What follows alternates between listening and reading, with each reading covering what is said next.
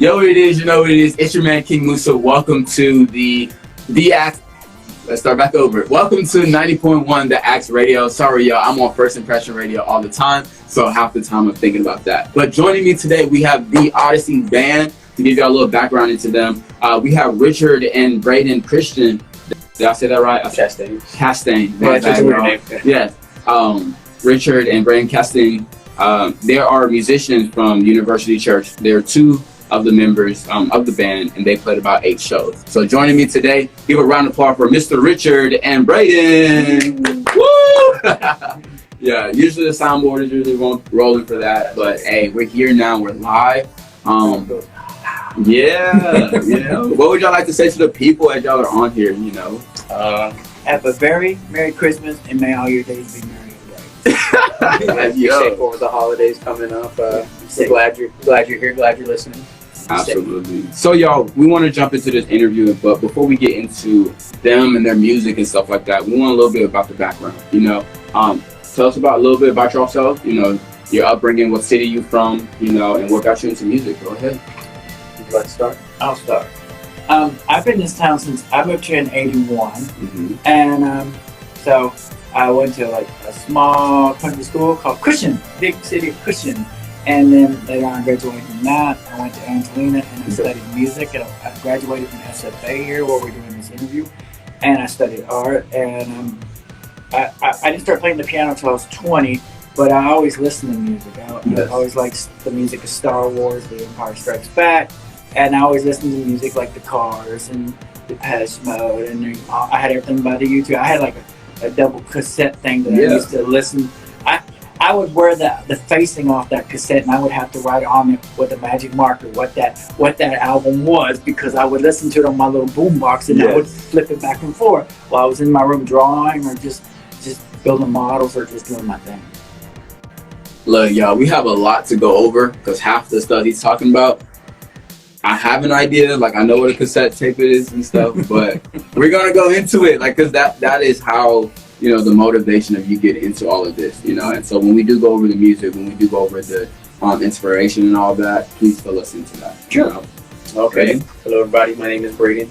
I am 21 years old, and I'm from Henderson, Texas. I lived there pretty much my entire life, and then we moved out of the house. You know, got a place in Non-Enterprise, which is from where we're at here in Nacogdoches, probably about 30 minutes north.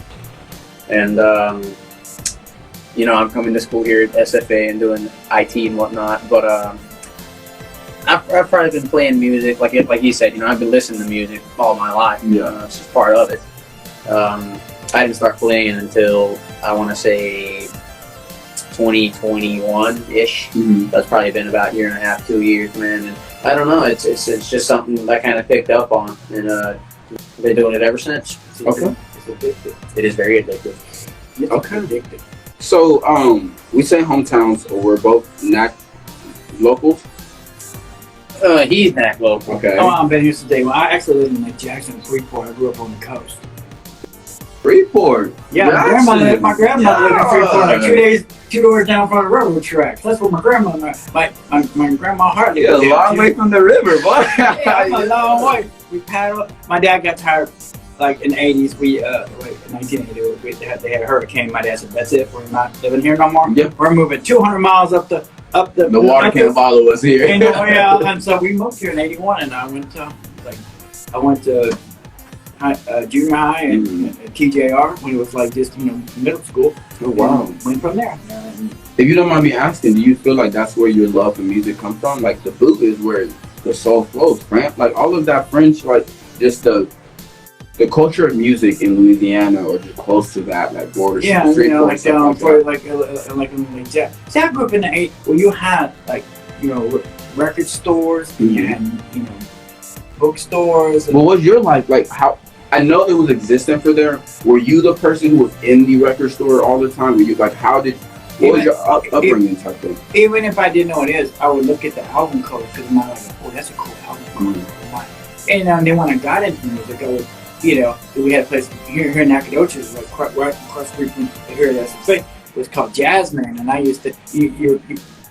manager probably knows about that. Yeah. And you would go in there and you would go crazy. That's how Brady one day, if you went in there, you would fall out and you would faint because you look at all that cool music from the 80s, like from Prince, you know, and they would have it on vinyl or on cassette. This is way before, you know, this is way before compact disc. And you just go in and you could spend hours, and it's just like going into a bookstore. You just look through the, you know, the stacks, catalog and everything. Yeah, and then stuff they have up on the thing, or you go ask them behind the counter, do you have?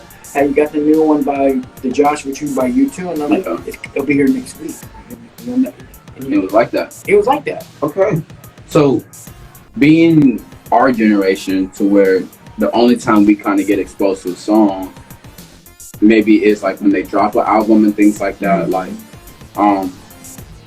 what I'm trying to say is, I know even looking at the record, I'm like, bro, how did y'all even get to song 1 to song 6? Like, I know most people won't fully listen to an album, or when the album does release, yes, they're playing through it, but it's not this like extensive, we're listening to the whole thing, right? Versus whenever now I have a vinyl, I can't skip none of it. Like, I have to wait till it goes through the whole thing. Are you got sophisticated enough to move the needle all over to the track 3, and then you had to make sure you dropped it right there in the needle. Yeah, just dropped it right there in the needle, because you're like, and don't scratch your record, but you could, you know, and then like, you know, when so you had patience and time to listen to the whole song, the whole record. And most of the time, I listen to the whole cassette. I would listen to it. I'll be in my room drawing or something. I'll be listening to the whole thing. Now we're instant. I can skip the song I don't want. You know, right? We didn't have that.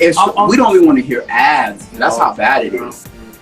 Even when I used to make my own mixtape, my dad had a thing, it was like stereo, and I would put my boombox, and right before the commercial, I would hit it. I was Napster before there was Napster. I was making my own mixtapes, and I would put it in my little Walkman, and I'd walk around listening to Van Halen from 1984. You know, I was making my own mixtapes back in the day, and right before the commercial, I would you know, get something on radio from by U2 or Rush or even in Prince, and, you know, Purple Rain, and I would make my own tape, and then I would just, if I wanted to go outside, I'd just take my Walkman and I'd be walking around in the yard, just listening to my music, my own tapes.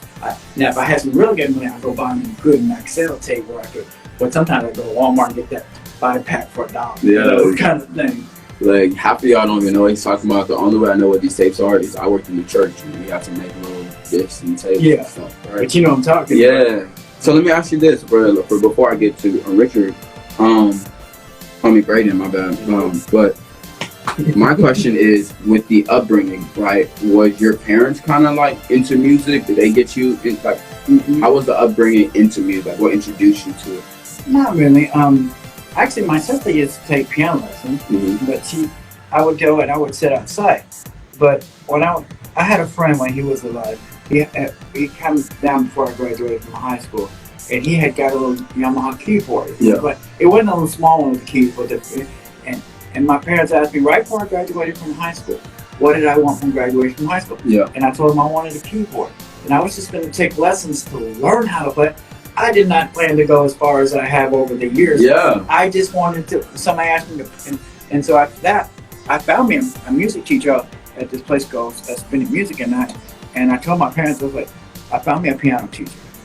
She said, we tried with your sister, you'll have to pay for your lesson. And this time I was working at McDonald's. This is like 80. So I paid for all my lessons, and I went to all my piano lessons, and I learned my pieces, you know. And I played my first recital. I was like the oldest, and I played my little carnival cha-cha. But that was the beginning. And my teacher even goes, you play better in front of people than you do when you're in the practice room. And I'm like, okay. And so I said to myself, if I can learn this, then I can play the Moonlight Sonata by Beethoven or some Chopin. And I did. And that musical Odyssey just impressively just kept moving, perpetuating. And that's where I am now. Thank you. That's what I was looking for, boy. That's what I was looking. Because I'm like, you can't just say it was around you and never got into it. You know what I'm saying? So I want to know what got into it. All right. So now back to you, my boy Braden. You know what I'm saying? I got it now. Give us a little background into yourself. Tell us a little bit about your hometown. Okay. And the upbringing and how they got you into music. Okay. So I lived in Henderson. Here's the thing about Henderson. It's a podunk town. There's nothing there. There's no entertainment. They took the movie theater away. Oh, wow. It's a retirement home town, I guess you'd say. And we lived there because it's a nice family safe area. Go see grandma. Go to school and go get something to eat. Just the basic plain Jane East Texas life, I guess you'd say. Yeah. But I got into music through my grandpa. I called him Papa. And this was my mom's dad. And I mean, ever since I was little bitty, right? Little bitty. We'd be going over there. He has this big shop, or he had this big shop. And man, he would sit in there. He'd have his radio turned all the way up. He'd just blasting metal and rock and roll, and so from a young age, being exposed to that, being 4 or 5, you don't really acknowledge it very much. Right. But yeah, exactly. Throughout the years, you start to kind of, oh, okay, hey, I kind of like that. Watch and learn. That's right. Yeah. He would tell me stories of him going to concerts and okay. You said this is your dad? Of my grandpa. Your grandpa. My grandpa. Okay. Yeah. So grandpa feeding you. Yeah. Okay. He was sprouting the seeds for what would come to be. And what instrument did he play? He didn't play the instruments. So how did grandpa get involved? What was he doing? That's a good question. I never really figured it out, man. I'm still thinking about that to this day. I don't know how. So what stories was he telling you then? Okay, yeah, I got a good one for you. Okay, so the year was probably, I don't know, this was probably in the 90s or early 2000s. All right, this is before I was even born. And he went to see this band, and I don't remember the name of it because it's a long time. But it was a rock and roll band, right? It's loud. And he's in the mosh pit. He's in the crowd, and the speakers above head. Oh no! Yeah. Oh. It fell right on him, and so those are not regular speakers, y'all. No. These are like industrial sized. Yeah, these are huge. Yeah, they're big. And so this thing hit him. He paid. Yeah, he paid the. He's paid. Yeah, He's paid. I'm sorry. Oh, that's all we sort of. Okay, put me on. Let's hear it. So he. Oh man, this is good to tell, man. He, they stopped the show. Obviously, hey, help this guy out. He survived luckily. Yeah. Because this thing was probably, tons and tons. And gravity. Yeah, it's coming down with some heat. Yeah, it's way up there. Okay. So anyway, long story short, he basically, they helped him up. He was kind of dust off. He's like, what happened? Anyway, he got to meet the band, and they were making sure he was okay. And eventually, they took him backstage and apologized. My man became a Make-A-Wish. They tried to make it right with him. He was cool. Yeah, so he was bound to, I'm sure he didn't feel good, but he was okay. Hey, you there now? But from front stage to backstage. Yeah, that's right. And so after that, he actually became really good friends with the guitarist of this band, and they were friends throughout his entire life. And so the band was Pop Evil. That's what it was. Pop Evil. That's Pop Evil. Pop Evil. Okay. Yeah, because we had in his shop, he has a drum head signed by the drummer of the band. Nice. Mm-hmm. Okay. And so my grandpa, he was a very big influence. He would take me to while I was in middle school. Okay, I know you're familiar with this. The STAR test you have to take in middle school. Mm-hmm. Okay. It's on my birthday. It's around my birthday, man. Right in April. Ridiculous, isn't it, man? So while I'm trying to turn up, everybody, shh. Yeah, a test. Ridiculous. Man. It's my birthday. Ain't no test. The test is turn up. Yeah, that's right. That's right. This is not what I want for my birthday. So, he would take me. He'd take me to all of these concerts because he wanted to introduce me to the realm of live music, the realm of emotion, feel. I didn't know at the time. I just thought, hey, this is fun. This is cool. I don't have to go to school. Sure.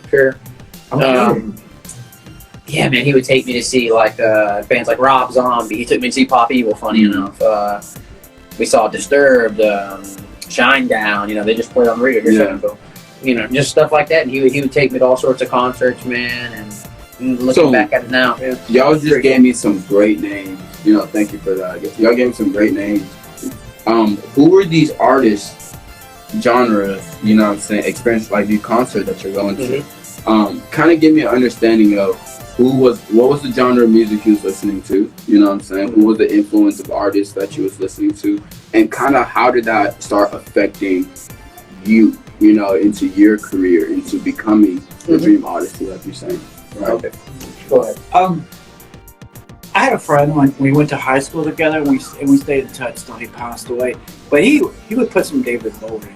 We would listen to that. But in 1987, we went to Cure in New Orleans. And that no opening band, they came out and played for. Now, what genre is it? This is like they call it new wave back then. Now it's alternative, and I kind of got into the Cure and stuff. And then in 1988, I went to New Orleans again with my friend, and we saw O&D and Depeche Mode in concert play live. And I'm gonna tell you what, Depeche Mode can put on a show, man. And then I've seen the Outfield, and he's always, dude, you saw the Outfield. Well, that's the first time when he came in the church. He's like, you seen the Outfield? And I seen Huey Lewis perform here in Nacogdoches back in the day, and so that was it, and you just go and you get caught up in the music, you get caught up in the energy of the audience, and you just start to you just forget who you are for like a couple hours just in the music. Time out. We got to stop right there before we even get to your song, okay? Because this whole old new thing y'all got going on, y'all blessed, because you don't understand. We don't get concerts no more after COVID. Sit down. Right. After the shootings, sit down. That's right. After all of this stuff going on, sit down. Listen to your streaming platforms. It's all right there. You see what I'm saying? So we're falling in love with music only because of this emotion of, oh, I need this song to listen to so I can feel good in this moment, right? In my environment or whatever, right? So we're limited to the music in our environment. You're going to concerts. You're going around these bands, these live performances, getting their real feelings, getting their real emotion, getting a real presentation of what this is supposed to be. Not no computer rock. When the mixer, when the audio production person goes to do that, they're creating a whole different product. This product. Right, and to me, the live performance is always the best because you get to hear it. They're like the Depeche Mode's playing on these gongs, they're doing things, they got the keyboards, and then and they were promoting the album because back then they promoted the album. Like, there was a music for the masses, you know what I mean? And it's just awesome. Live concerts it's just something. Nothing like that's what we bring back with the Dream Odyssey. Yeah, that's our show, man. We do it like Thank y'all. Bro, okay. Now I understand what's missing in this industry or missing with people right now. And I appreciate y'all for that. I see where it came from, in their upbringing and how that plays a part. And then that makes sense. Now for you, who were you listening? Of course, we had the pop. Pop wall, yeah. Pop what? I call it pop wall, yeah. Pop wall? Pop wall. Oh. Pop wall, yeah. Okay. I'm not trying to say it wrong. You're good. So, of course, we had Pops helping out and stuff like that. But when it came to you and getting inspired, starting, what triggered you into that whole, like, okay, I've seen this and I'm around this. Now I'm ready to grab a mic. Now I'm ready to write something. So what was that for you? Man, all right. This is gonna sound kind of strange, but this is just the way it is. All right. You ever feel something, right? You don't know what it is. You don't know why it's there. Yeah. But it's there, and you have to acknowledge it. Okay. That's kind of how it went. So we were. Now, like you said, what made me want to do it, I couldn't tell you, man. It's like it was internal. And but how it happened was, we were at a Guitar Center one day. Buddy was picking up a new bass. We just went all in. This was I was 18, 19. Okay. So about how old are you now? 21. Okay. About 2 or 3 years. Yep. About 2 or 3 years now. And so, at the Guitar Center they have each different section, right? And there's a drum section. And drums are cool. It's like that's the rhythm, Okay. And so I had never really touched a drum kit before. Never thought about doing it. But that day, okay, I'll sit down and just rock out. Just hit it a few times, see what it does. And I start playing. And I'm not thinking about it. It's like it's on autopilot, right? And that's what scared me. That's like, okay, all right. Yeah! That's what I'm saying, man. It's that feeling. You can feel it. It's magic. Yeah. It's I can't explain it to you. You have to feel it. That's you felt the drums. You know what I'm saying? Felt Like, the rhythm internally. Yeah. But think about this, right? You hang out with Pops, right? Mm-hmm. Pops getting you in the Exactly. in these performances and stuff like that. So all you know is how to feel music. That's right. You see what I'm saying? Right. You feeling the speakers, everything, The vibration, vibration. Not you fall in love with drums, you know. It's like now feel you it, feeling man. that vibration again. Feel it hit. Yeah, that's right. You there. That's You right, back man. in harmony. You back with Pops again. That's so right, that's man. beautiful, bro. That's beautiful. All right, y'all. Before we jump into the music next and kind of how they started building themselves into who they are, we're gonna take a little break, just to get our minds and stuff together. Okay. Cool. All right, y'all. How you doing so far? Good. Feels good. Let that out, man. Hey, that's I all it is. hope I'm answering all the questions. You are. And you can see I'm gonna readjust different parts and things like That's that. all right. Pull it out. But you know, when you grow up, and then like he's like, and my son is the same age as Braden, 21, and you know, you grow up in that time of concerts, and you grow up going, you know, I would spend my money. I would do some more odd jobs, but I would spend my money on music. I would spend my money on music. That's what I would spend my money on music. Mm-hmm. Yeah, you know, we were talking about music is addictive. You wanted to go get the new album. You wanted to get the synchronicity by the Police or whatever. I would go to Walmart, wherever, and go to the sound shop, and I would buy it, you know, and then, you know, that's what sustained me in high school. It's just I did my own thing, and I would listen to my own music. Listen to that music. That's actually what we're about to jump into next, right? So as we jump into about the music, what I want to talk about is what motivates you to write music, Mhm. what inspires your songs and your styles, and who are your biggest influences. Okay. And so as we're trying to guide this is starting at the beginning of your music career, right? So for you, this is from a piano teacher and things like that, and how you're growing from there. And for you, it's from that drum set. That's You just know in what that I'm saying? And we're kind of just keeping it going. Okay, sounds good. All right, let's do it. All right, y'all. So we're back on 90.1 The Axe Radio. I'm your host, King Musa, and I still have the Odyssey with me. And look, we're still lit, right? We're still lit. Y'all say what's up? They can still see y'all. Hey. Yeah, let's take that. What's up? All right, y'all. Bro, we got to know a little bit about these artists, Braden and Mr. Richard. The next thing I want to kind of talk about is, bro, from that start of their instruments, how did they get to the Odyssey? Not what the Odyssey's doing, right? So we're gonna jump in right now. Mr. Richard, if you don't mind me asking, you know, what motivated you from on that piano, you know, going through the lessons with your professor and stuff like that, you know, to say, I'm ready.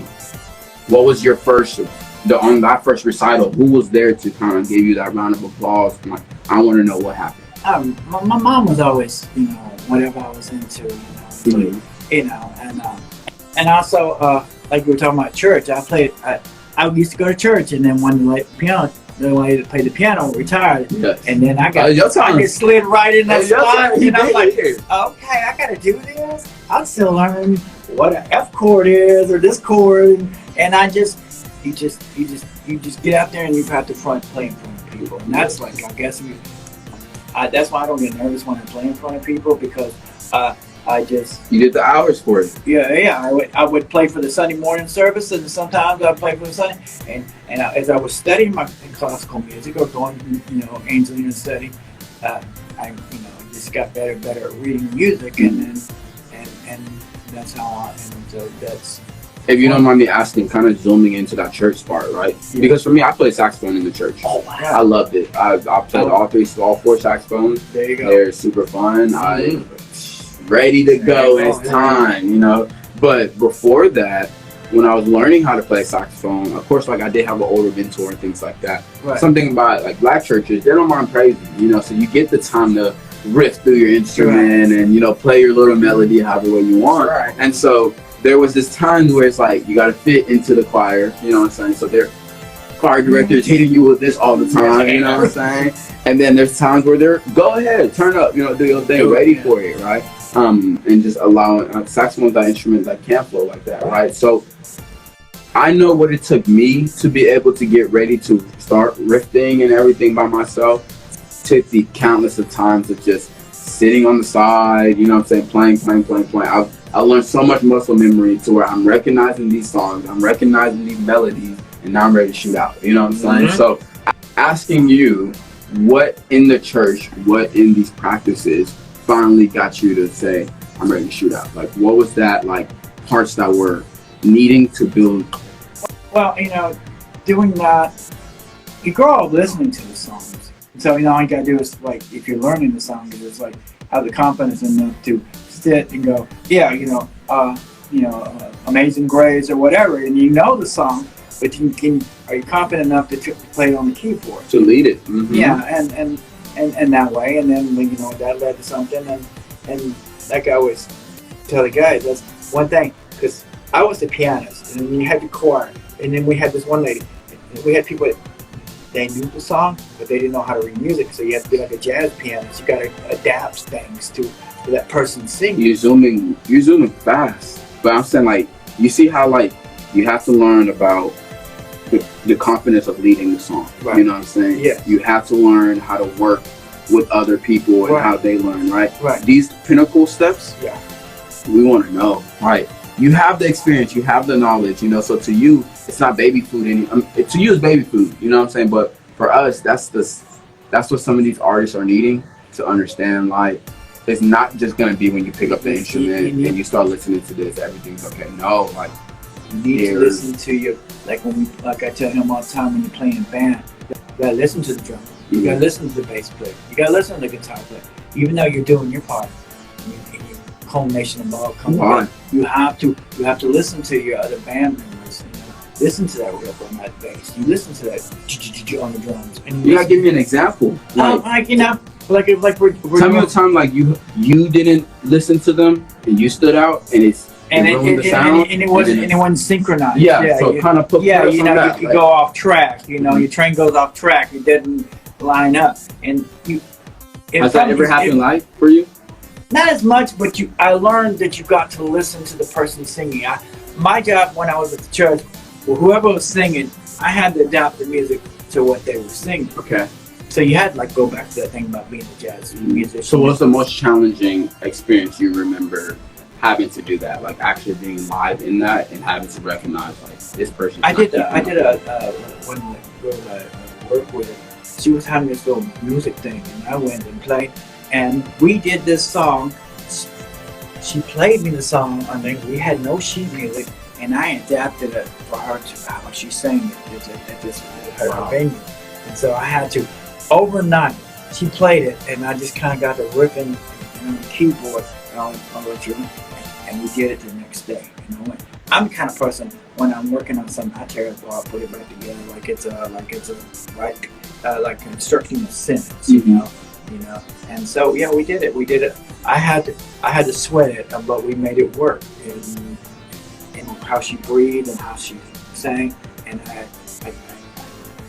gauged that piano playing to her singing. Okay.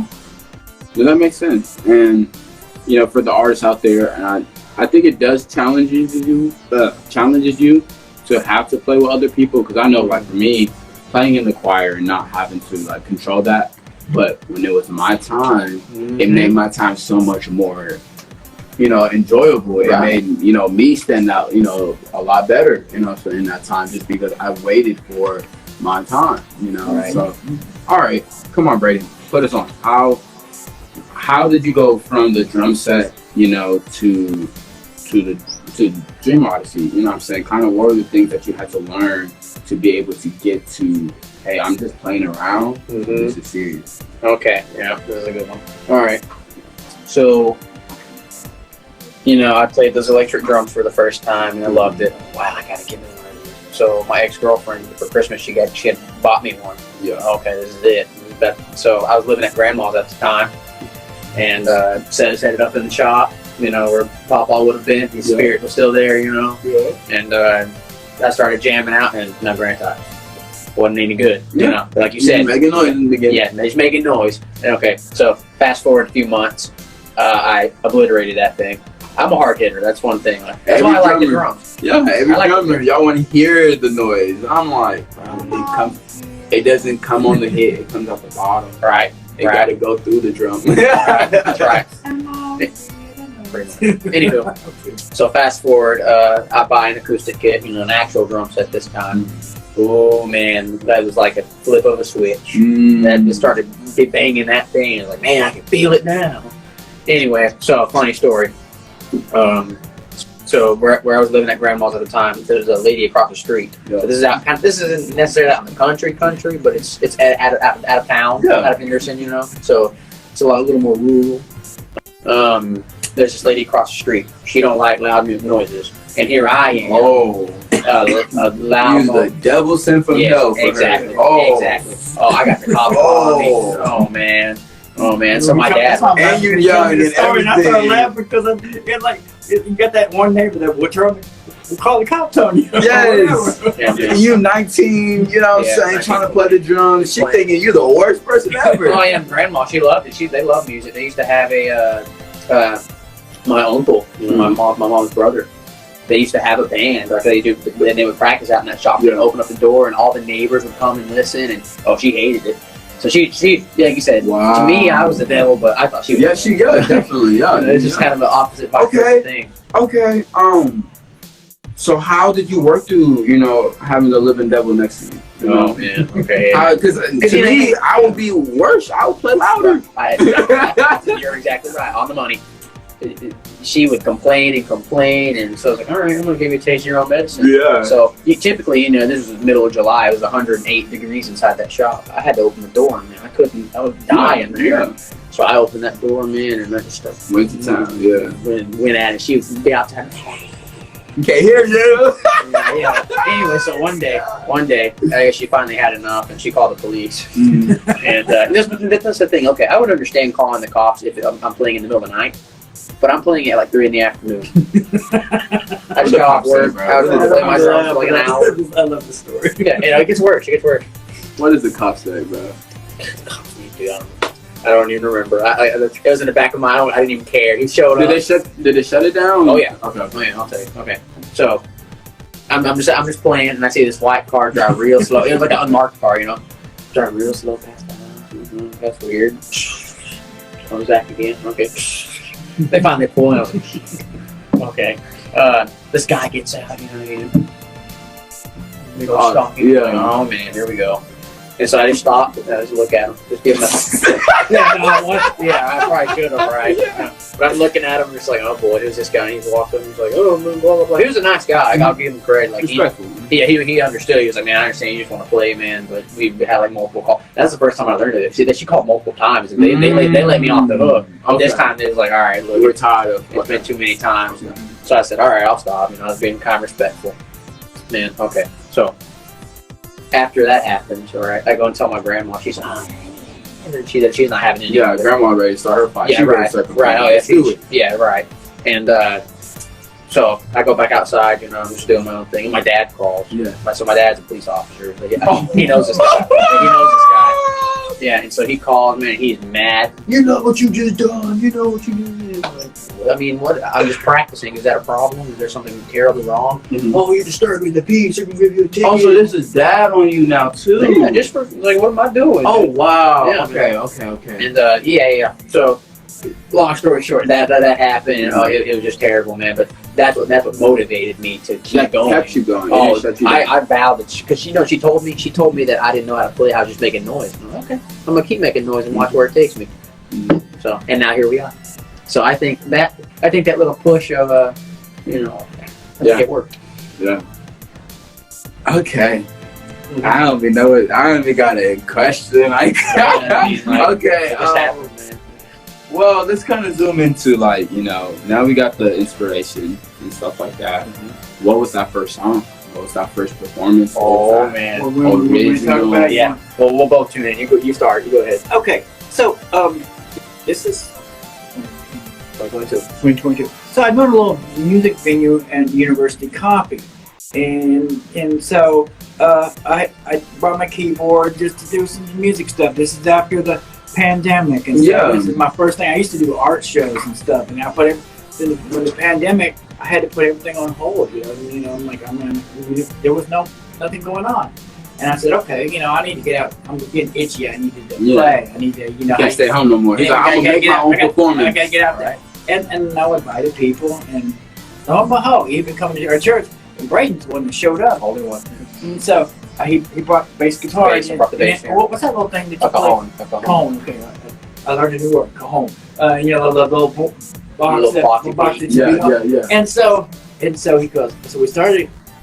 This is a university coffee. Right. This is Coffee shop is cool with this. Yeah. I had already booked it a month. Okay.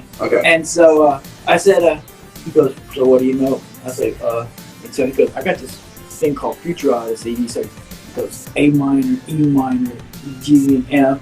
And I'm like, okay. So I started putting the keyboard apart to that. Mm-hmm. And then he said, what you got? I said, I got the song called Taxi in the Rain. It's like a C7 chord going to a D minor. Okay, so we did that. And we just started just like writing songs on the night, like it was like improv night. We just started like improvising. Yes. And then he's like, I got this riff, and he started doing all that, and I started adding some people.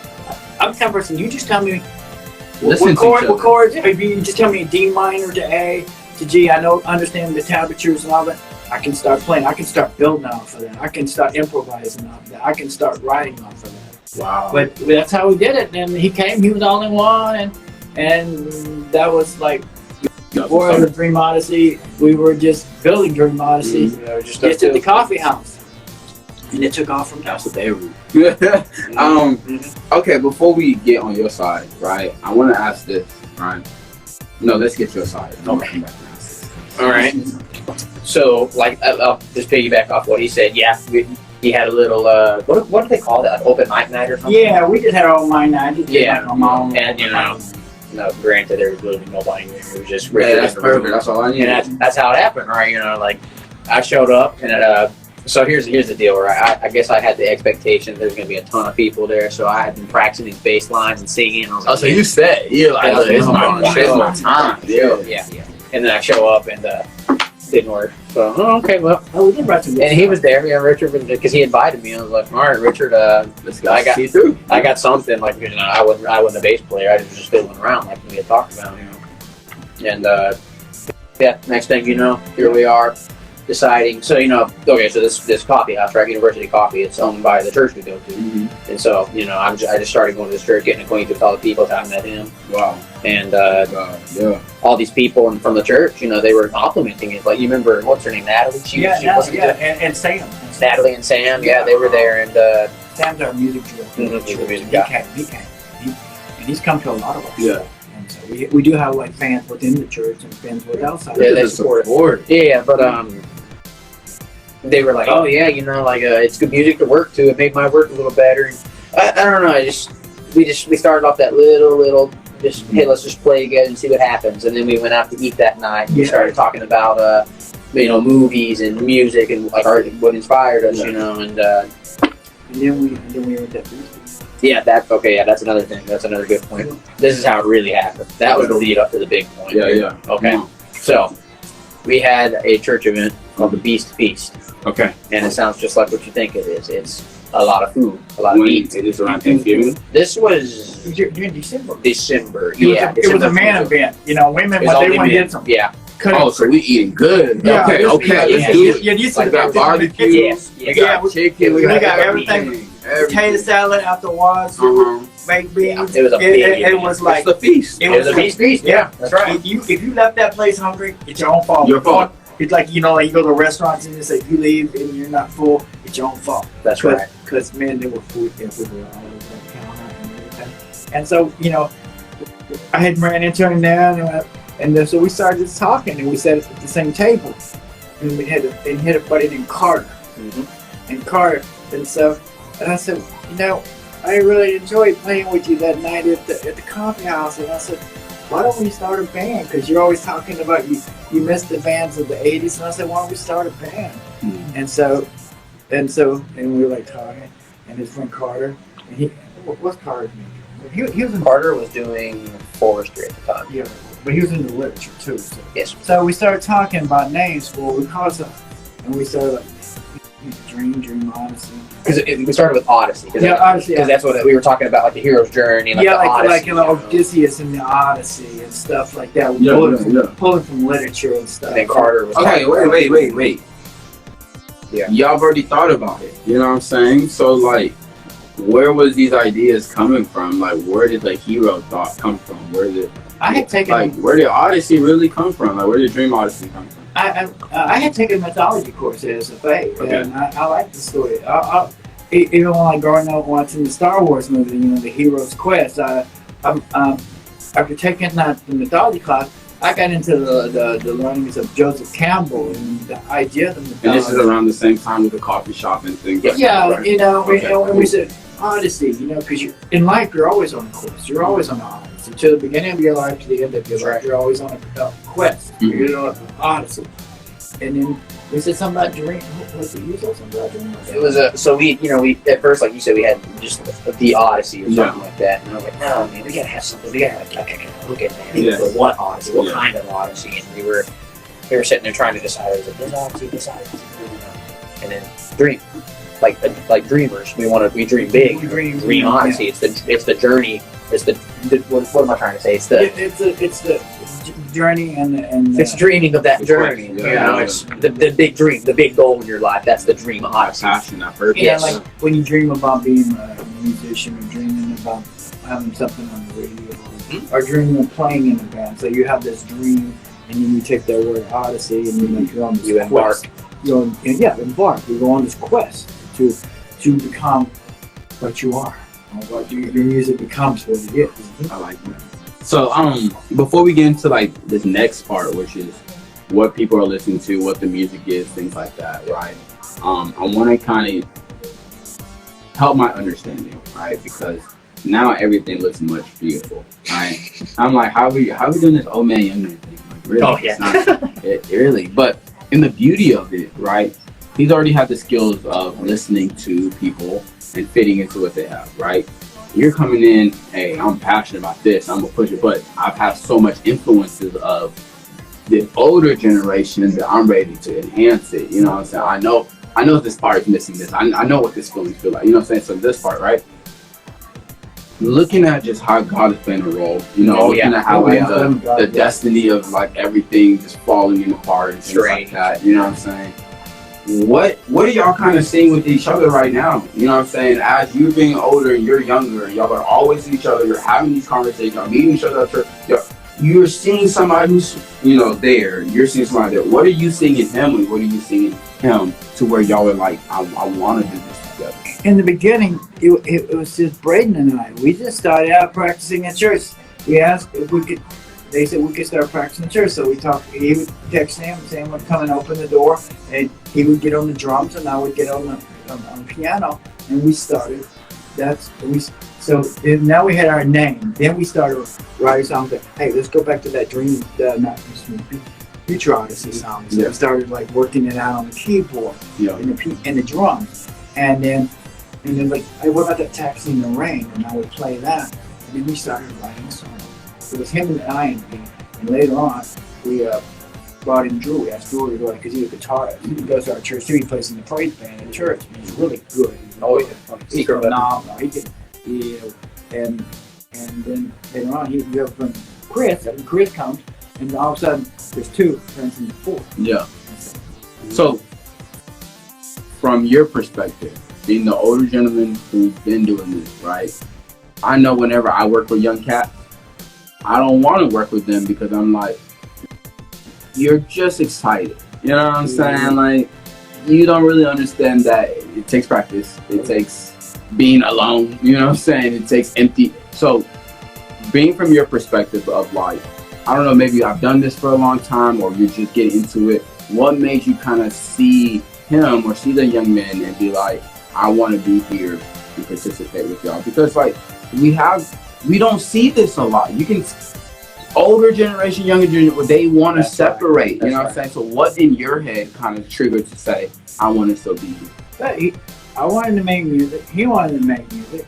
And, music has no time because older people can play, whatever, But he was very ambitious, and he's still ambitious. And he's the most ambitious person I met, And how did you see his ambition? Like, what really showed you his ambition? Because when he came to that thing at the coffee house and going, so kind of basically, what you got? What kind of cards you got? You put them on the table. I want to see what you can do. So he was running show his cards. Okay. Yeah. In a sense, And then in better than bass, he go like the little progression for a future Odyssey, and then I was like, so what we do is we build off each other. I'll come to him once in a while, even if they came up with this new riff, play it. Oh, like that. And then like, hey, I got some lyrics for you, and then that next thing. And he being young, he's like having a younger brother. I have a sister. She's 4 years older, 4 years younger than me. I'm the oldest, and he's like a little brother. So we eat together, and we're like, I always joke that we're like Dream Odyssey is like Apple Computer. He's like, I'm Steve Vodneski. I'm the guy that goes does the tech stuff. I write the music, and then I bring it to him, and he's the one that books the shows. So I tell him we're like a startup company. There's 4 employees, and music is our product. It's kind of like that. And he reads a lot of books on like Dale Carnegie. He's 21 years old. I used to read those books. My dad would tell me, my dad would read those, tell me to read the book. He didn't practice it, but he's like, hey, I take something from Dale Carnegie, or what's that? Atomic Habits. Atomic Habits. So he's always, even at his age, he's elevating himself. And in me, I'm always pushing my technique as a pianist, even with the Bach and the Beethoven and stuff. But then when we come together, we all 4 come together, and I always say I write this musical skeleton, and he'll put the heartbeat with the drum. Drew puts the skin on it with the guitar, and Chris puts more skin on it. Beautiful. And then we create this organism called music. She is beautiful. That's crazy. Okay. Now for you. Okay. You know what I'm saying? Having, older mentor, having somebody who's way much further than you in age and things like that. Just his passion and what he does and things like that. What did that mean for you? Cool. All right. So now, from the beginning, we instantly, that's what I'm saying. You were talking about God being in a role in this, man. Well, it is, because that's what I'm saying. Speak on it. Let me see how he put this together. Like when we were at Peking, wasn't it? Yeah. The Peking Chinese place, right? So this is the first time I'd ever come to church, and funny enough, that guy Carter we were talking about earlier, he invited me. I was very anti-church, anti-religion. You get tired of it. Yeah, I did, man. I was like, man, this is too much. And so he was like, hey, man, just come check it out. It's different, I promise. Okay, all right, I'll try it. And so I show up, and funny enough, who do I meet? This guy. Oh, yeah. And literally, it's the moment when we meet, we start talking about music and the bands he's seen. These are bands that I've listened to, that I love. And I was like, man, I'm jealous. I'm envious of you, man. You were back. You got to live in those times, man. I'm wishing I was. Anywho, the outfield, he said. Yeah. When I said the outfield, he went, dude, I'm jealous, man. Yeah, that's the part where I got jealous. It's like, anywho, but I know what you're talking about. Yeah, that's how I feel with Reynolds. Every time I'm around, I'm like, you just got to be there. Right, and here we are. I gotta study this. Yeah, I'm studying this. You can look at archival footage instead of just being there at that concert in that moment. Somebody else telling me about their experience. I'm like, yeah, that's not all. I need more. All right. You want to teleport back to that time and be there. No, I'm gonna recreate it. That's there you go. I want to still experience it. Yeah. But no, I'll put it this way, man. Like we were saying, man, God has definitely done something. I don't know what it is. I don't know the big picture, man. But I can see that it's progressing. Just with this right now, man. It's slowly getting there. And with Richard, man. Okay, I'll put it this way. A lot of people, I wouldn't say they're against what's going on. No. But they don't understand it, right? And you can't blame them. You have to do it. It's one of those things like the music. You have to feel it to be able to understand it. You have to do it to understand it. And it's an internal thing. Not everybody will feel it. No. But the thing about Richard, I'll put it this way. A lot of people aren't proud, but I know he is. Yeah. And that empowers me. Yeah. It makes me feel good. And that pride is not a bad pride, y'all. Like that pride is confidence. Like pride in himself, pride in what his skills, pride in what he knows, you know what I'm saying? And like as a creator, as an artist, as all these things, we struggle with that. Like people want to tell us, no, I'm confident, I'm purposeful, I know exactly when I walk around with these bags and stuff, I'm not being prideful, I know what I gotta do, get out of my way, you know what I'm saying? Right. And so what I think I love for me in my life, like years and years and years on, I got to meet all these older people who have lived out the thing that I'm trying to do, right? And I get to see their flaws, their mistakes, and I get to see their pros and their cons. I get to see the whole person, right? Right. And within that, I get the chance to say, wow, it took them 4 or 5 years to learn how to do piano. You know, if I start right now, bust my butt, I done saved me 4 extra years. Right. To where now I can start having conversation with him about, we're not just talking about the piano, we're on this next level, we're on this next. You know, so now I have a mentor or just like this coach who's already played the game. You know, he just needs a player who's ready to be coachable, and I'm about to get free game about everything I'm trying to do. That's right. Man, that's beautiful. I'm proud of y'all. So before we dive into this last one, kind of what Dream Odyssey is and what's coming up with Dream Odyssey, you know, we're gonna take a little break, so we're gonna be right back with it. You like it so far? Man, y'all doing it. I'm loving it. How are y'all feeling? Great. Let's talk about. We're always talking about origin stories. Like, I like origin stories, like How things going came back to be. to the Apple thing, or going back to this and how this company got started. I like reading stories. But you are a story. Right, in the making. You are a story, and that to me is why I get excited about these interviews and everything that I do, because your story is not only going to inspire me, it's not going to inspire you, both of y'all. You know what I'm saying? Of being able to talk about each other. I'm gonna call my job and tell them I'm gonna be a little bit late because I'm not gonna miss this right here. We got about 10 minutes left, so we're almost done. Literally about to get into the last question. So we about to be done. I don't want to hold up too long. I'm enjoying this. Oh, we can always come back and keep going. I think Reynolds is ready to ask more questions, but we want to kind of see where this is at.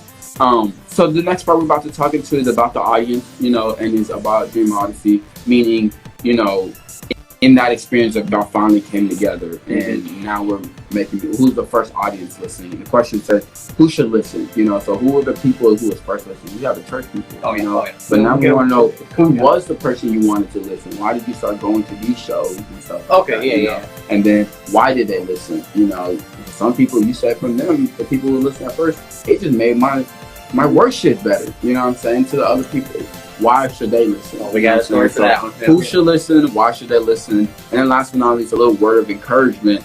And this is what's going on with Dream Odyssey for anybody like who's growing in, who's seeing their Odyssey or their dream come true. Kind of look for this word of encouragement. You know what I'm saying? And then like what's coming up with y'all. I'll come back for the last part, like just the last bit of shout outs with that 2024. And, I'm good. Let's do it. Appreciate you. All right, let's go straight back into it. All right, y'all, now we're back. You know, I'm super excited to still have Dream Odyssey here with Richard and Braden. They're doing perfectly fine, man. This is exciting to learn all of these things, right? So y'all stay with me. We're about to dive into a little stuff for y'all, the audience, right? I got a couple questions for them of who should listen to Dream Odyssey, why should they listen to Dream Odyssey, and a little word of encouragement. So diving back to y'all fellas, you know, take us through, you know, who was y'all's first fan? You know, who was y'all's first shows? Who started listening to y'all first?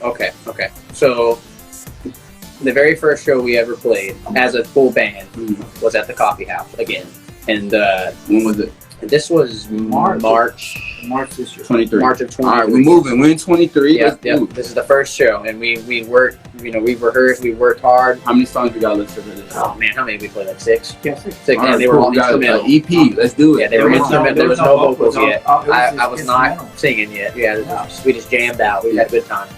And you know, we just showed up. We played. A lot of our friends and family came because we've been telling them about what we're doing. They were excited to see it, and we did it. We showed up. We played, and then people loved it. And now I'm gonna just say this: we weren't fantastic because I was especially me, man. I was nervous, dude. Oh my gosh. But like Richard said, he's never nervous. He got there and he jammed. He was in it. But I was like, oh man, stage fright, right? I like live performance. Yes. There's nothing like that. You just got to get out there. The attention is on me, Richard says. Well, it's kind of like if you were like doing a play like Shakespeare. You've got to learn your lines and you've got to get out there and you've got to do it. You got to make it happen. Yeah. Wow. We're gonna dive into your brain a little bit later. But, you okay, not today. But getting that feedback from them, you know, family, friends who finished the show, what's going on? Man, people enjoyed it. We had we had a good turnout, really. You know, and like I said, even if it was just friends and family, there was probably what, like 30, 40 people there in a coffee shop. Yeah, it was so we played outside, right? Outside the backside of the we played in the parking lot, and we had this. You know, we didn't have the money to buy any like effects or anything in, so we had to use some of the church's lights and equipment. But so the thing about the Dream Odyssey is our signature, I guess you'd call it our logo, is a portal, and we had this, and this was unintentional completely. We had this galaxy light on the background. So there's where we played.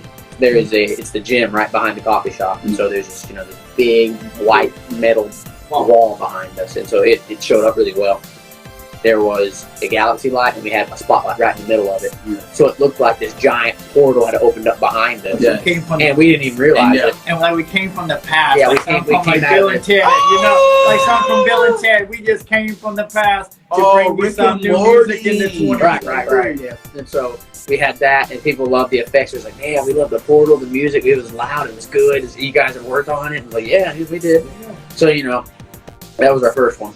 And fast forward now, and we just continually up the ante little by little by little.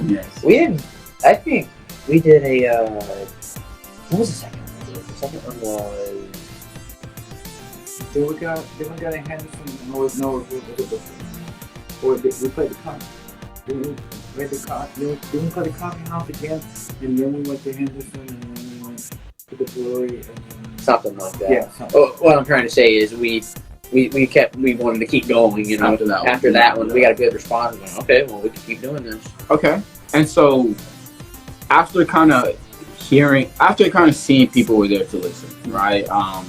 You know, first of all, who as you did the shows, who did you start to see was there? Who was listening? You know what I'm saying? Like friends and family started, but as we started moving around, who did you feel like should be the people listening, or who do you feel like was the people listening? Okay. The category, or like maybe the preference of people. Oh yeah. Okay, so here's the deal. So with our music, it's like Richard was saying earlier, we're trying to take from the past and into the present. A lot of people these days, they don't like the music of the present, and I'll just be frank, it sucks. It's just not any good. And so we take the music that is good, we borrow from it, and we make our own. And so for me personally, I would like to appeal to the young generation, people our age, right? You know, 20s and teens and whatnot. I want them to get excited and feel that music like I did, you know, when I was young. It's such an amazing feeling, and you know, I want to share that with other people, but that's the problem. A lot of people aren't receptive. They won't do it. However, when we got to the brewery, we had played, you know, the Fredonia here. There's a lot of young people, so that, you know, it's people returning, you know, college students. I was like, this is the place to be, right? So that's what I thought anyway. It didn't work out that way. I got a bigger plan. That's right. That's right. So this was probably, how long ago was that brewery show with that little kid? that was in November. Okay, so this was last month, all right? And this was show number 6. Okay. Show number 6. And so I had started doing vocals with drums about show number 4. So it's still relatively new, right? And now this show is infamous for how many technical difficulties we had. I literally fell off the stage on this show. Yeah, man, this show was wild. It was wild. Anywho. You know, we showed up, we played our show. Now, I will say, this show, we had the best special effects possible. Yeah. The brewery, they love us so much because we use the fog machines, and we were told by the owner, Jack, he told us that we were the only band with the balls to bring the fog machine. So that's why they want us to come back all the time. Yeah. Okay. Yeah. So we had this big backdrop behind us with the portal with like a space background, had spotlights all over it. Anyway, it was a great show. My son kind of helped. Yeah, his son Alex. Shout out to Alex, our son. Yeah. He did all of it. Man, he did a good job. He's just like a little techno. He is. Hey, Anywho, so beautiful. That's like we right. You know, we played the show like normal, and we take breaks in between, and so our guitarist Drew, his wife, she's our, you know, quote unquote tour manager. Mm-hmm. You know, she kind of like tells us what's going on, tells us what we need to change. So we get off the stage, and now I'll be honest, man, the singing, the confidence was not there, man. Yeah. It was not there yet. Yeah. And so I was down, and man, it's like crap. And she's like, "Oh no, we've had people coming up asking if you guys sell T-shirts, you guys have CDs, like wow, they want to hear more." And I'm like, "Oh."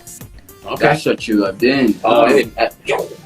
Anyway, so we played again. We played. They got nothing but good people. They wanted to take a Polaroid of us, so I have a Polaroid of us from the show, and yeah, people were loving it. So what were they loving? Like, what was the feedback that? Why did they want you to come back? Come on. Okay, so there was this lady. I didn't meet her that night, but I was told by Ashley Drew's wife. She was this old hippie lady, right? And she came up to Ashley because she saw Ashley talking to all the people and shouting us out and trying to talk to people about it. And she said that she didn't know what it was. She couldn't put her finger on it. Like I was telling you earlier, you don't know what it is. She said she couldn't quite tell what it was, but it was there, and she could feel it, and it reminded her when she was younger. That's all we care. But we want to make people feel it's reflective music. We want people of this generation to feel it. We want the people who are old to feel it. That's what it's all about, man. It's all about that emotion, that feel. It's all internal, man. And so, speaking of that, so after the show, this was, I don't know, about a week and a half afterwards. I'm sitting at the computer, I run our pages off the computer, and I get this message on Facebook, and it's this lady. She's I won't go into full detail. It's very long, but basically she said that they enjoyed the show, blah blah blah. I'm like, oh, thanks, we appreciate it. Yeah. But she told us that her 4-year-old son, he was diagnosed with autism very, very recently. Wow. And they took him to the show. He'd never been a fan of live music, but when we got up there, it's like she said something changed. He started dancing and singing and cheering. And they said her son's never done that. He's never done that before. And then we came to listen to us and he just mesmerized. And so they said, we're eternally grateful. And that's all we can ask for, man. We reached the top of the mountain, man. You can get all the accolades and make all that money, but nothing can beat that. Nothing can beat that when your music touches somebody that we do. You can't get any bigger. And they won't be exposed to it from just Spotify, Apple Music. Right. I saw him like They came and they saw him when he was a little boy. He just started. Oh yeah, we didn't recognize him. He But just we didn't started realize dancing until while afterwards. my keyboard was up front, and He was up there having a great time. With his friends, and he was just started dancing. He just started doing The shy kid that finally got out of his shell because he came to see a show. and I'm like, that's phenomenal. That's beautiful. It is, man. That's beautiful. Now, Dream Odyssey, can we get a little word of encouragement, please? What is coming up next? How can we get more kids, more people? Like, now, talk y'all stuff. Put us on. You know what I'm saying? Okay. Where can we see Dream Odyssey? What's coming up in 2024? What's up? What's up next? What's the way? You know what I'm saying? Okay. We'll both chime in on this one. Okay. So, here's the deal with the Dream Odyssey for 2024. Come on. Our intention is to begin. We're gonna do more concerts. We like to play local. We've played in Henderson. We played a little out towards Lufkin. We kind of stay in this general area, but we would like to expand. Just don't know where and when. Houston, my people from Houston. Okay, yeah. Just know, yes. when I make that phone call, it's time to go. Okay, my boys are ready. Yes, we are. Yes, we are. Anywho. Loud music. Let's do it. That's right. All original too.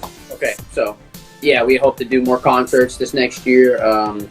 We're gonna start the recording process. We're gonna get some singles out. Try to get on Spotify or SoundCloud or whatever. We're not very familiar with all that just yet. We're working our way there.